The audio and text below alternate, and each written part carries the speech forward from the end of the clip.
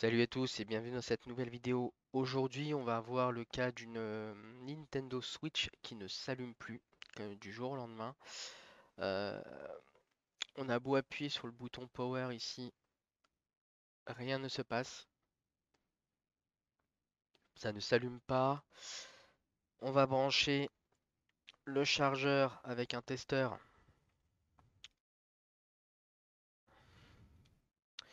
et on se rend compte en fait que il dépasse pas les 0,30 ampères, donc c'est qu'il ne démarre pas. Je vais utiliser mon testeur d'USB pour checker les valeurs. Alors on va attendre qu'il charge et il va me dire s'il y a un souci avec le connecteur. Alors, on peut se rendre compte qu'effectivement le connecteur nous indique ici en rouge qu'il y a un défaut avec ce pin là. Donc potentiellement ça peut venir du connecteur tout simplement. Ou alors ça peut aussi venir de la carte mère. Ce qu'on va faire c'est qu'on va passer sous le microscope pour regarder l'état du connecteur. Alors on est sous le microscope, on va aller checker le connecteur pour voir s'il y a des dégâts. Alors, au-dessus, je vois qu'il n'y a pas de dégâts, tout est correct, mais en bas, je vais retourner la Switch. Hop, et oui, il y a des dégâts. On se rend bien compte que là, vous avez des lamelles qui sont parties. Là, elles sont cassées. Il y en a une carrément, elle est tordue, elle passe en dessous de l'autre. Et celles du fond, là, elles sont recroquevillées sur elles-mêmes. Ouais, donc le connecteur est bien endommagé. Dans ce cas-là, on va commencer par là, tout simplement, hein. On va remplacer le connecteur. Du coup, je vais commencer le démontage.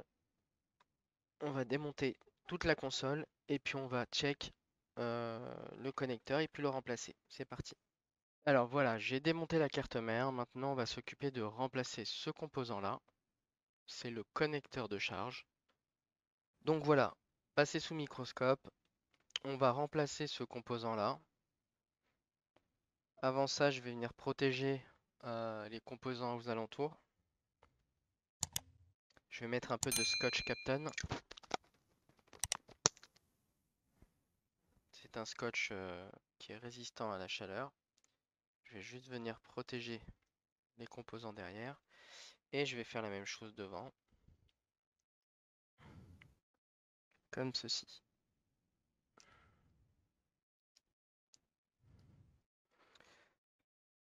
Voilà. Maintenant, je vais venir placer... Enfin, je vais d'abord gratter.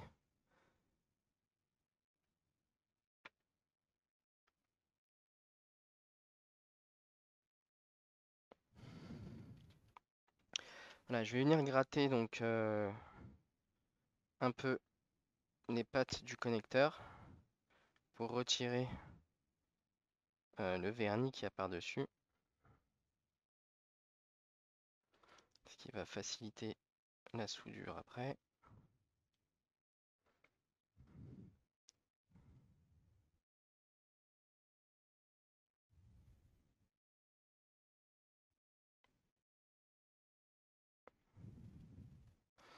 Voilà. Maintenant, pour retirer le connecteur, le retirer plus facilement, je vais venir mettre de l'étain basse température. Donc cet étain basse température qui fond à 130 degrés va me permettre de le mélanger avec l'étain existant. Et une fois que je vais le chauffer pour le retirer beaucoup plus facilement. Comme ça, j'aurai pas à chauffer longtemps dessus et il viendra tout seul. Je vais donc commencer par mettre un peu de flux pour faciliter tout ça. Ici et là. Je vais prendre mon fer et mon étain basse température. Et je vais venir simplement appliquer. Donc, je vais venir chauffer jusqu'à ce que ça fonde là. Et je vais venir rajouter de l'étain basse température. Je vais faire la même chose ici. Je vais chauffer.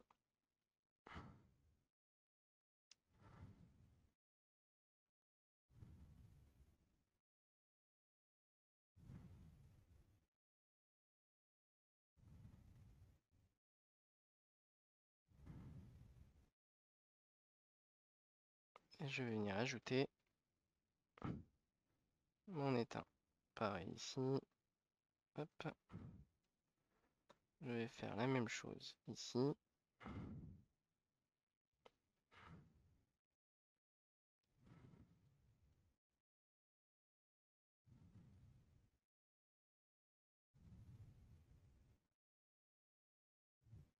Et enfin, ici. Voilà.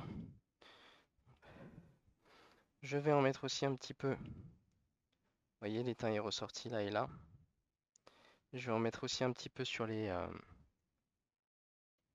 pins.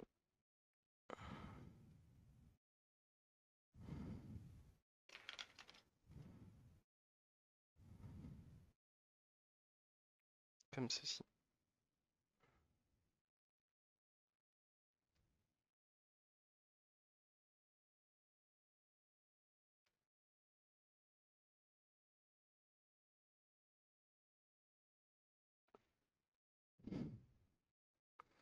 Voilà. Maintenant, je vais venir chauffer à l'air chaud pour le retirer plus facilement. Et je vais venir chauffer je vais vous dire ça, à 300 degrés. 300 degrés avec un airflow max. C'est parti. Je viens récupérer d'un côté, euh, je viens soulever d'un côté le connecteur. Et puis de l'autre côté, je vais venir chauffer. Comme ceci. Donc je viens chauffer au-dessus. Alors on peut aussi utiliser la méthode de chauffer en dessous. C'est pareil.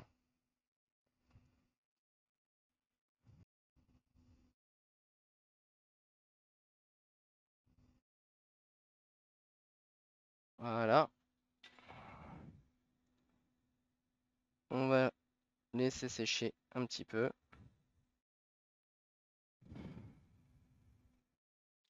Maintenant qu'on a retiré le composant, on va venir nettoyer.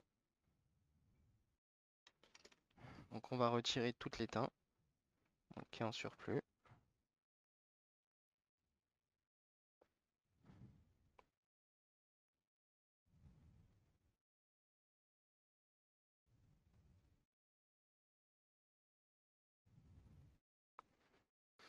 Et à l'aide de la tresse à dessouder, on va venir retirer tout ça.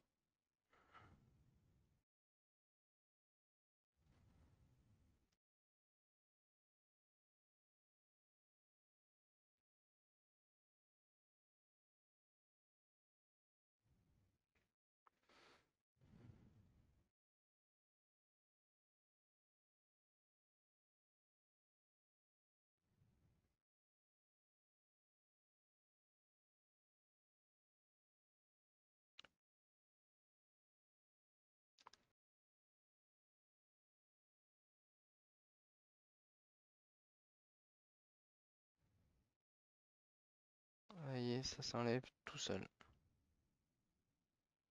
Il n'y a pas besoin de forcer.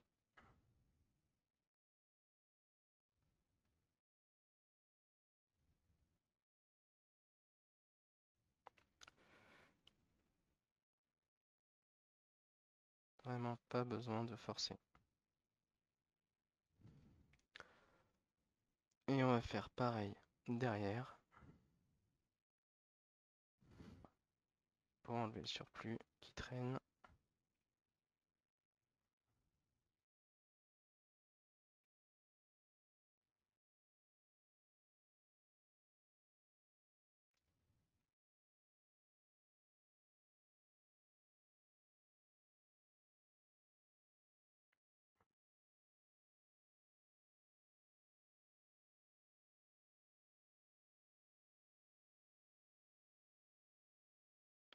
Voilà. Maintenant, on va venir nettoyer.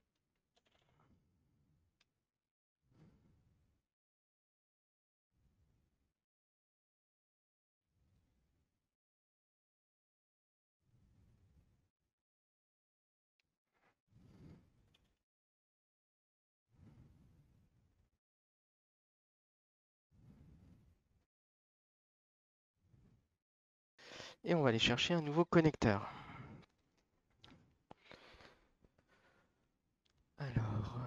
Alors, je vais prendre un nouveau connecteur.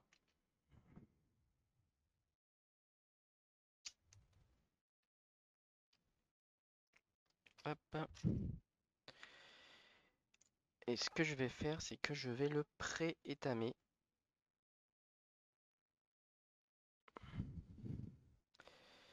Je vais y mettre de l'étain ici pour quand je vais le poser en fait, et bien que ça fasse contact parfaitement. Et du premier coup. Pour cela, je vais mettre hop là du flux.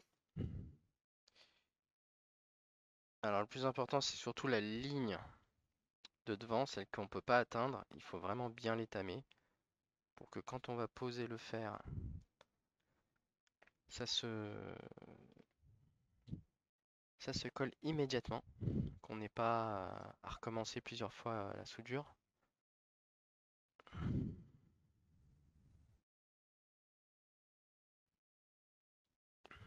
Alors je vais faire sur chacune des petites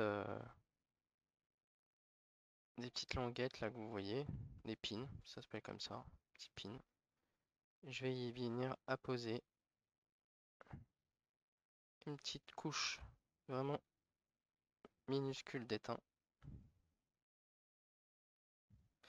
Donc je vais faire la même chose ici.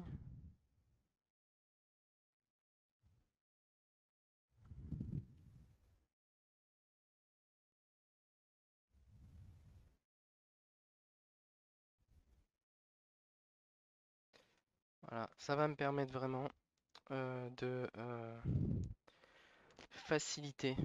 vraiment faciliter la soudure. Je vais juste hop là, dégager le flux pour le mettre au-dessus. Voilà.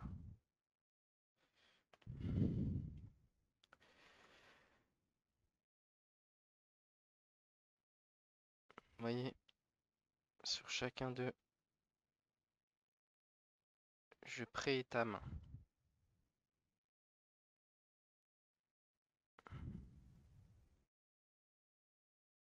sans trop forcer. Et je vais le faire aussi de ce côté-là pour que le connecteur soit pris dans sa totalité dans l'étain. Et voilà. Donc maintenant, on va le positionner. On va positionner le connecteur à son emplacement. On va voir si tout se passe bien. Il est bien centré. Maintenant ici sur la carte mère,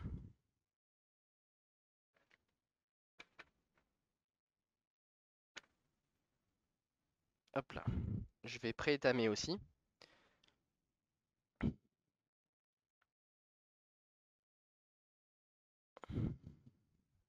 Je vais prendre un peu d'étain, hop, et je vais venir pré-étamer.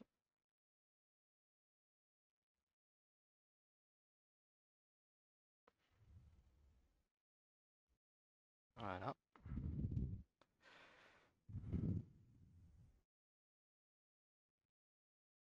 J'en mets pas trop non plus parce que comme ça, quand le connecteur va se poser, euh, il va aplatir un petit peu. Donc si on en met trop, ça risque de faire des pâtés, de coller avec le pin d'à côté. Et du coup, générer un court-circuit inutilement. Voilà. Maintenant, on va poser donc le connecteur. On vérifie qu'il est bien à plat. et on va venir chauffer pour le souder. Donc une fois le connecteur placé, on vient le chauffer.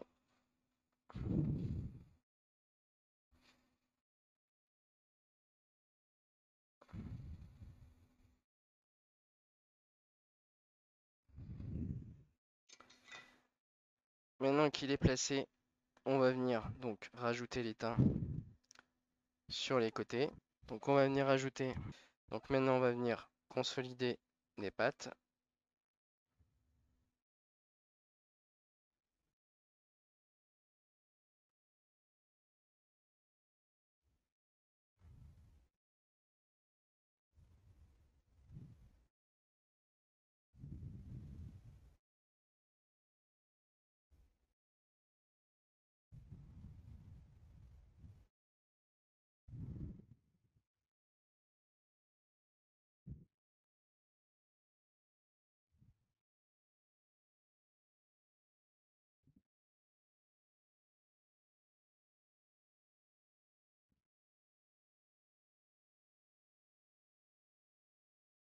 Voilà.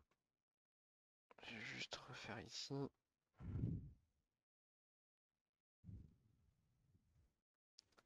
Nickel.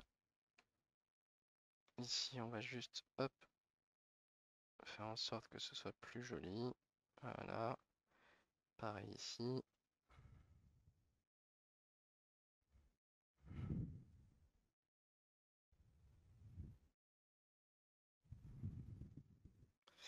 Je vais rajouter un tout petit peu de flux.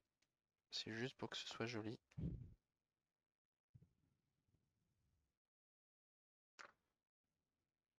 Voilà. Hop. Et voilà.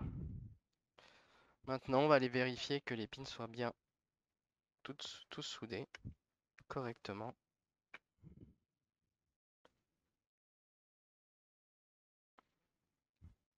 Donc, je vais utiliser ma petite pince et pousser les pins pour voir s'ils sont bien soudés, tout simplement. C'est bien soudé. Tout est bien soudé.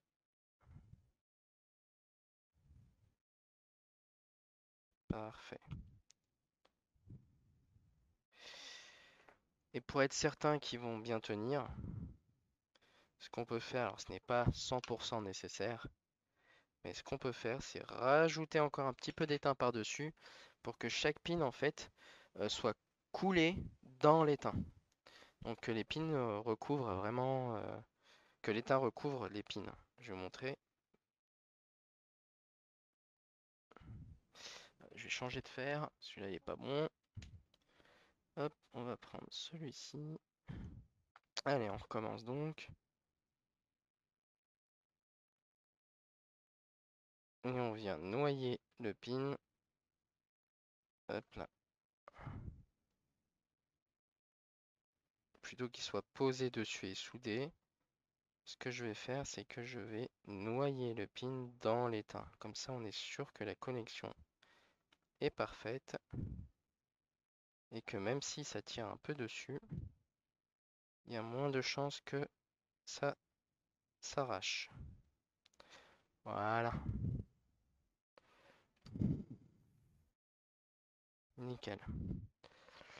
Et puis maintenant, on va nettoyer et il n'y a plus qu'à tester.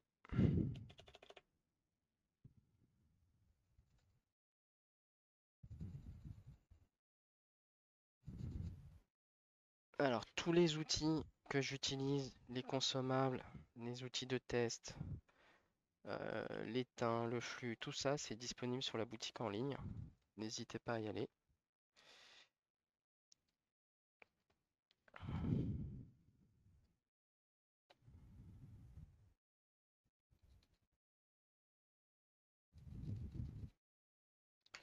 Nickel. Et on va tester ça tout de suite.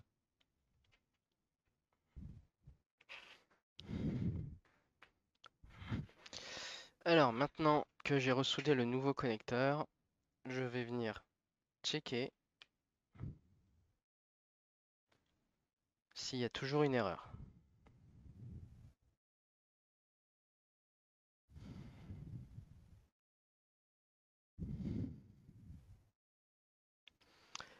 je m'aperçois qu'il y a toujours une erreur. Donc il y a 2 pins qui ne sont pas bons, ils sont en rouge. On va aller checker ça, c'est les pins numéro 17 et 20.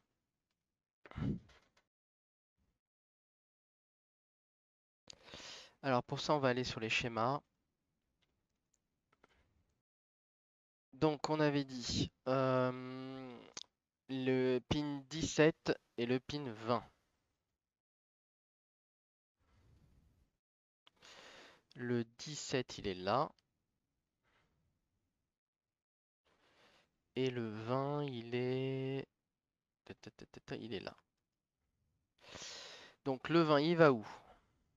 Le 20, il monte là, il arrive là, ok, il va sans doute derrière. Et le 17, il remonte, il remonte, il remonte. Tac. Et il va jusqu'à la M92. Ok. Alors ce qu'on va faire, c'est qu'on va aller tester les valeurs diodes autour de la M92. On va les tester ici. On va aller tester celui-ci. Et on va tester derrière. Hop. On va tester les fusibles ici. Parce que le 17, on avait dit, c'était celui-là. Non, c'est celui-là.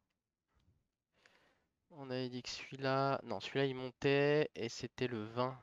Celui-là, si je dis pas de bêtises, ouais. Qui arrive ici. Ok, donc on va tester les fusibles.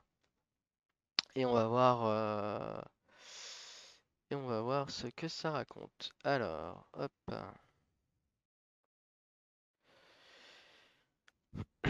Alors, je vais tester en premier les fusibles. Parce que c'est souvent là que se situe le problème. Les fusibles sont là. Donc je vais tester la continuité des fusibles. Alors c'est parti, on va commencer par celui-ci.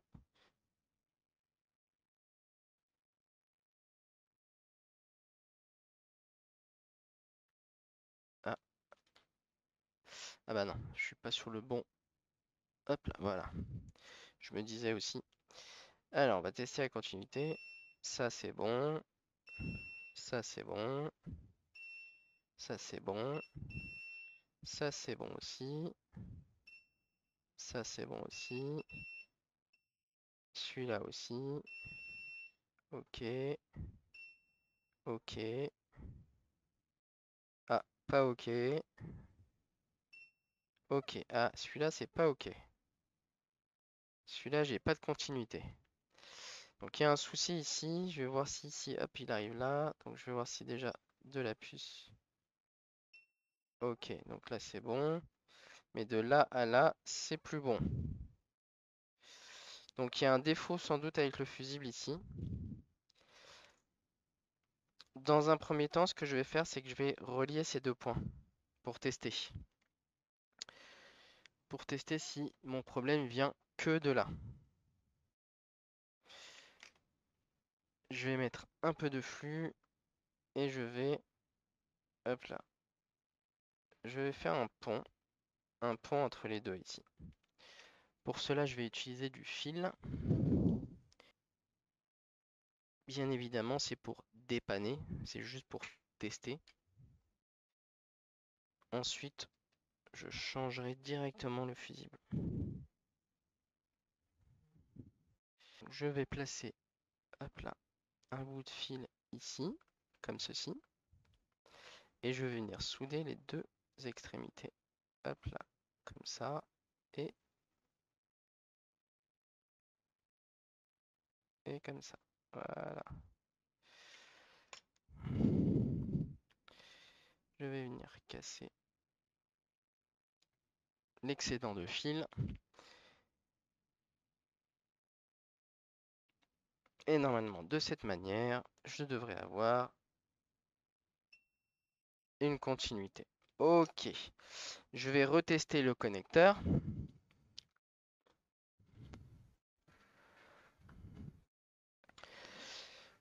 On va regarder si le problème venait que de là. et on changera le fusible. Sinon, je vais tester la Mi 92. Peut-être qu'il y a un souci aussi à ce niveau-là aussi. Hop. Si je l'allume pas, il va pas faire grand-chose. Donc je disais, je vais tester la Mi 92 aussi. Peut-être qu'il y a un court-circuit à ce niveau-là. Et je vois que j'ai toujours la même erreur sur les deux. Donc je vais voir, il y a peut-être un court-circuit ailleurs. On va revenir au microscope. Cette fois-ci, je vais remonter. Je vais tester ce condensateur ici. Donc j'active le mode diode. Et je vais voir si on a un... Eh oui, j'ai un court-circuit ici. J'ai un court-circuit ici.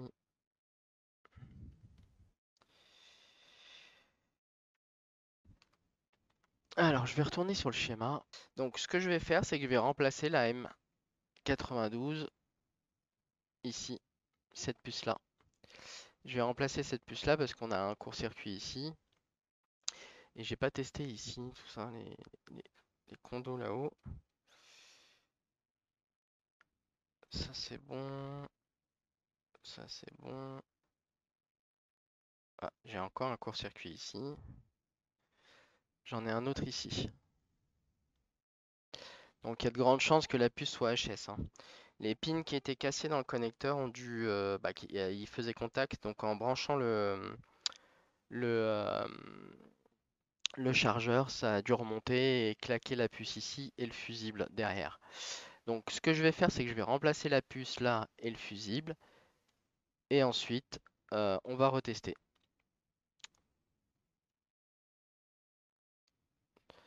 Donc, je vais changer cette puce là.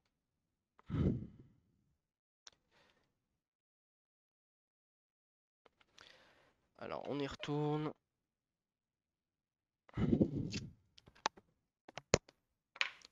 On va protéger autour avec un peu de scotch Captain.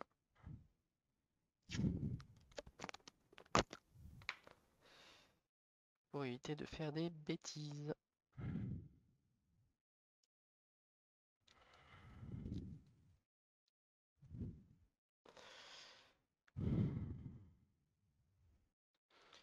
Alors, même principe que pour le connecteur. Hop.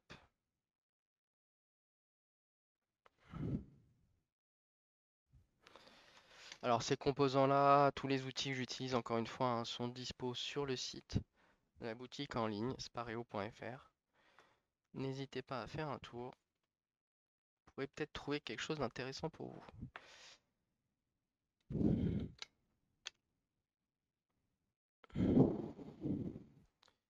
Alors, je vais venir placer un peu d'étain ici.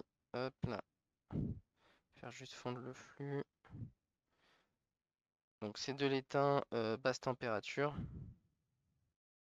pour faciliter la dessoudure.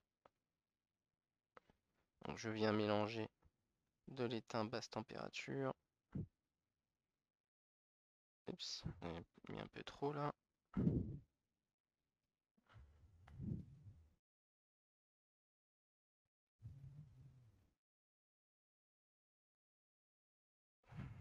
Tension, résistance. On va faire pareil ici.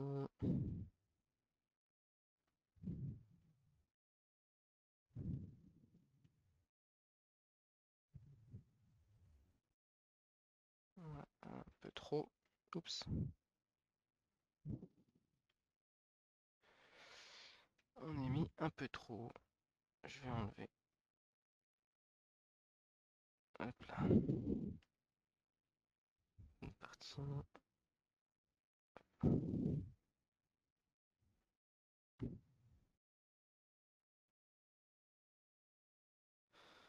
Et voilà. Et j'ai plus qu'à venir chauffer pour la retirer. Donc pareil, 300 degrés airflow max. Je vais mettre une douille plus petite, par contre. Et c'est parti.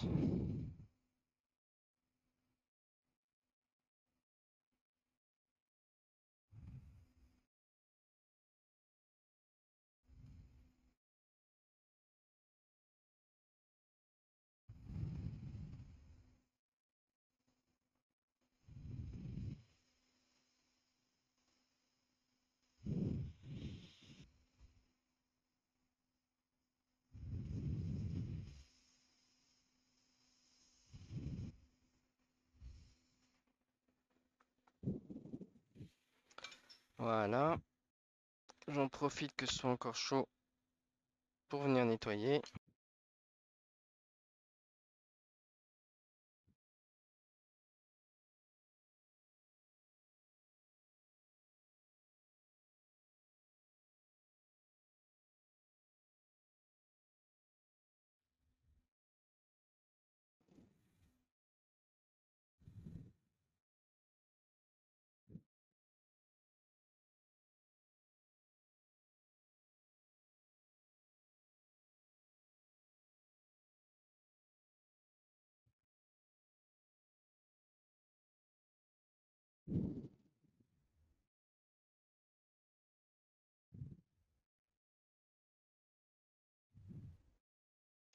Voilà.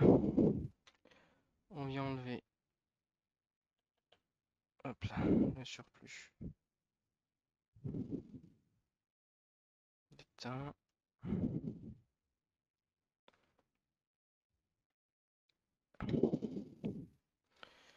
Un petit coup de brosse. Une petite lingette pour que ce soit bien propre et qu'on puisse tester correctement.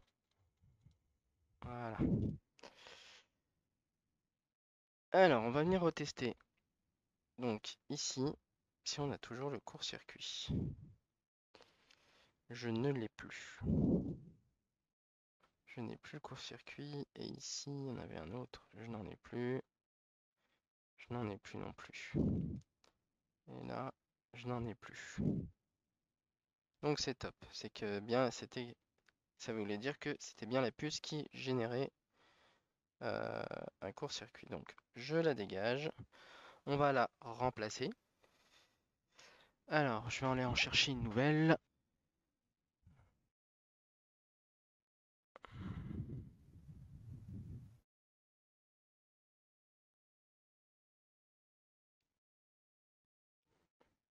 Voilà.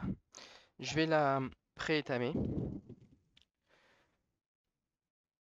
Comme ça, hop, elle sera plus facile à poser. Un petit coup de flux.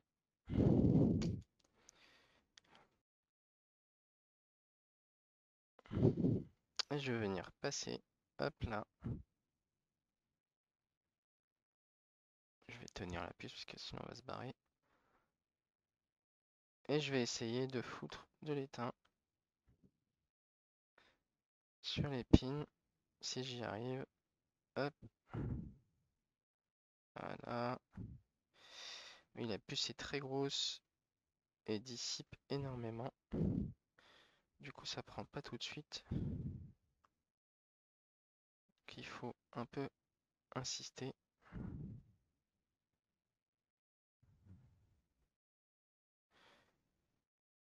Voilà, hop.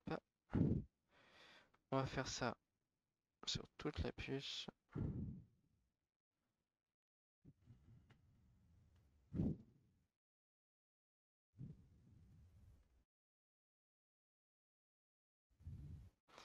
Je vais venir rajouter du flux.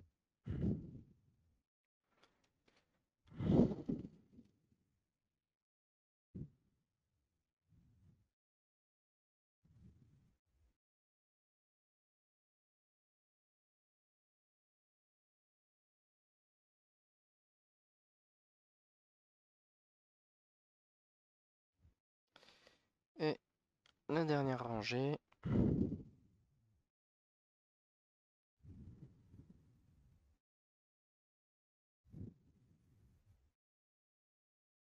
vais rajouter un peu de flux.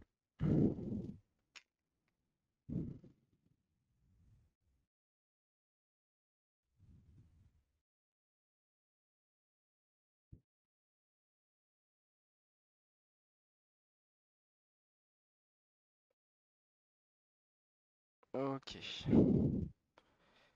On va mettre un petit peu ici.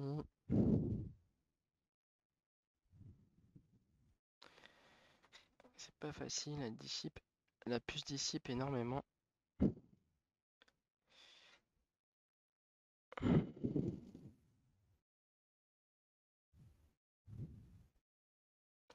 Voilà.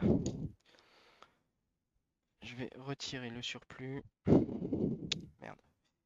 Il est là. Hop. Voilà.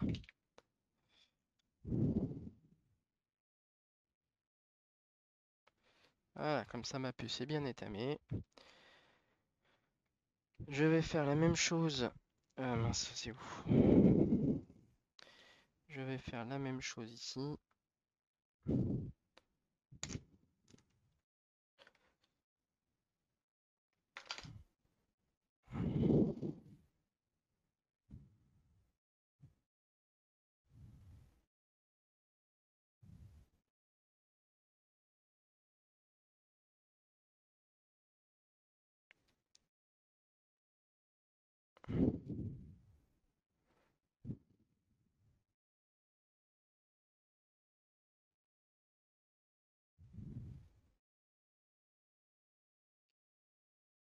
Ah, là, attention. J'ai embarqué le condo. Hop. Je vais le mettre de côté et je vais le replacer là.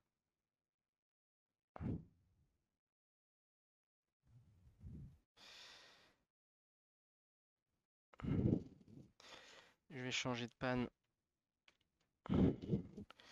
pour gagner en précision. Je vais juste poser ça là. Hop. Voilà.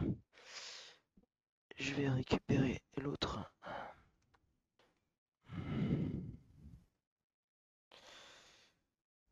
Pour gagner en précision.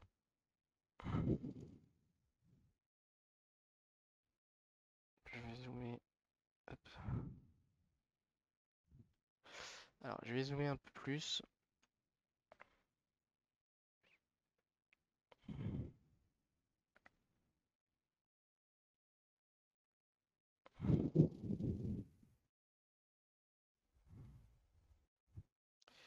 Comme ça, je vais les étamer une à une.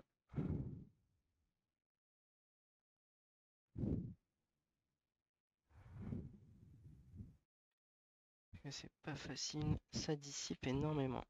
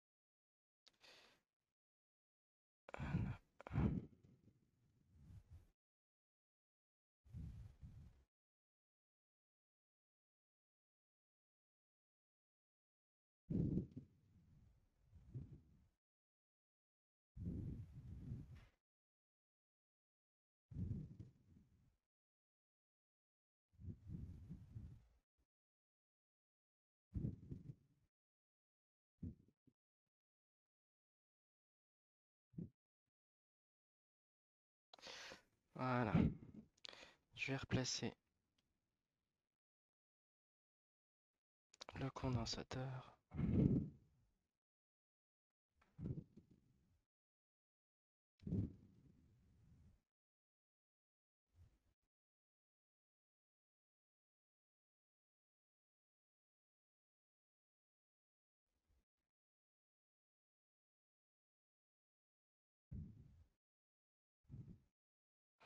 Voilà. Il se replacera par la suite. Et on va placer la puce. Puisqu'on a pré-étamé.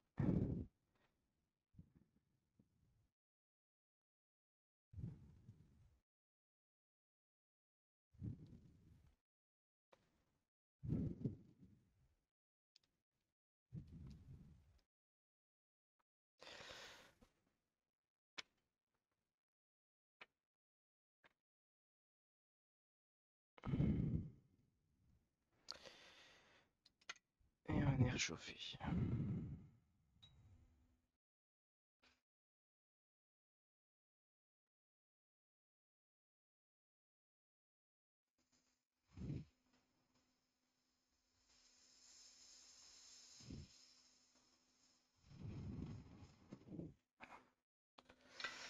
Voilà, on va juste vérifier que ça a bien pris. Et- Ok, nickel.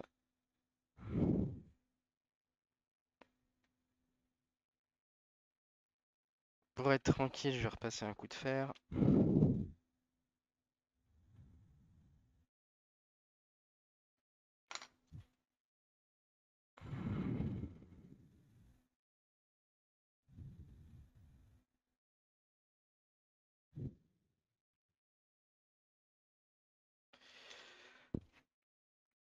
Je vais juste repasser sur les côtés comme ça pour être sûr que ça fasse bien contact. Voilà, voilà.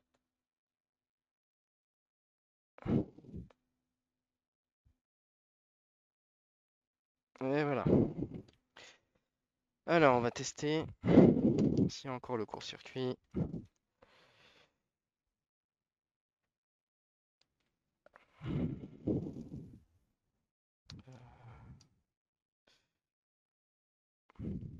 Je n'ai plus le court-circuit. On va nettoyer.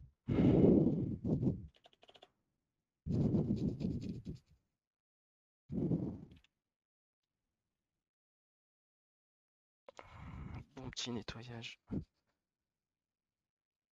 Hop.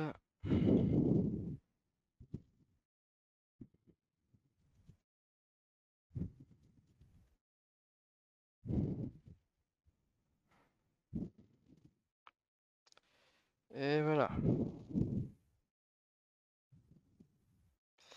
Je vais juste retester là-haut si j'ai encore le court-circuit. C'était la troisième. Il n'y a plus de court-circuit. Il n'y a plus de court-circuit. Donc on va retester avec le testeur, voir si c'est toujours... Alors, du coup, hop là, on va retester si on a toujours les pins 17 et 20 qui ont un problème, ou si ça a corrigé le problème. Parfait. Maintenant, tout est ouvert. Plus aucune erreur. Donc ce que je vais faire, c'est que je vais tester directement au châssis. Donc, je vais remettre la carte mère dans son châssis. Je vais brancher les systèmes critiques pour pouvoir démarrer et voir si notre problème est résolu. Donc voilà, j'ai tout branché. Maintenant, on va tester si ça charge. Hop là, je vais brancher le chargeur. Et on a une charge. Ça le redétecte. Alors là, au niveau de la charge, c'est très faible. Je pense que la batterie est morte. Je vais voir avec une autre batterie. Je vais tester avec une autre batterie. Mais en tout cas, il détecte bien la charge maintenant. Alors qu'avant, il y avait pas grand-chose. En espérant que cette batterie aussi soit chargée. Hop. Donc je teste avec une autre batterie.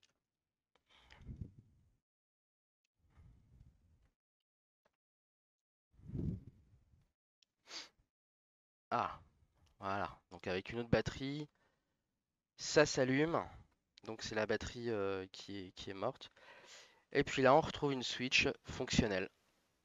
Voilà. Donc c'est cool. Une switch réparée.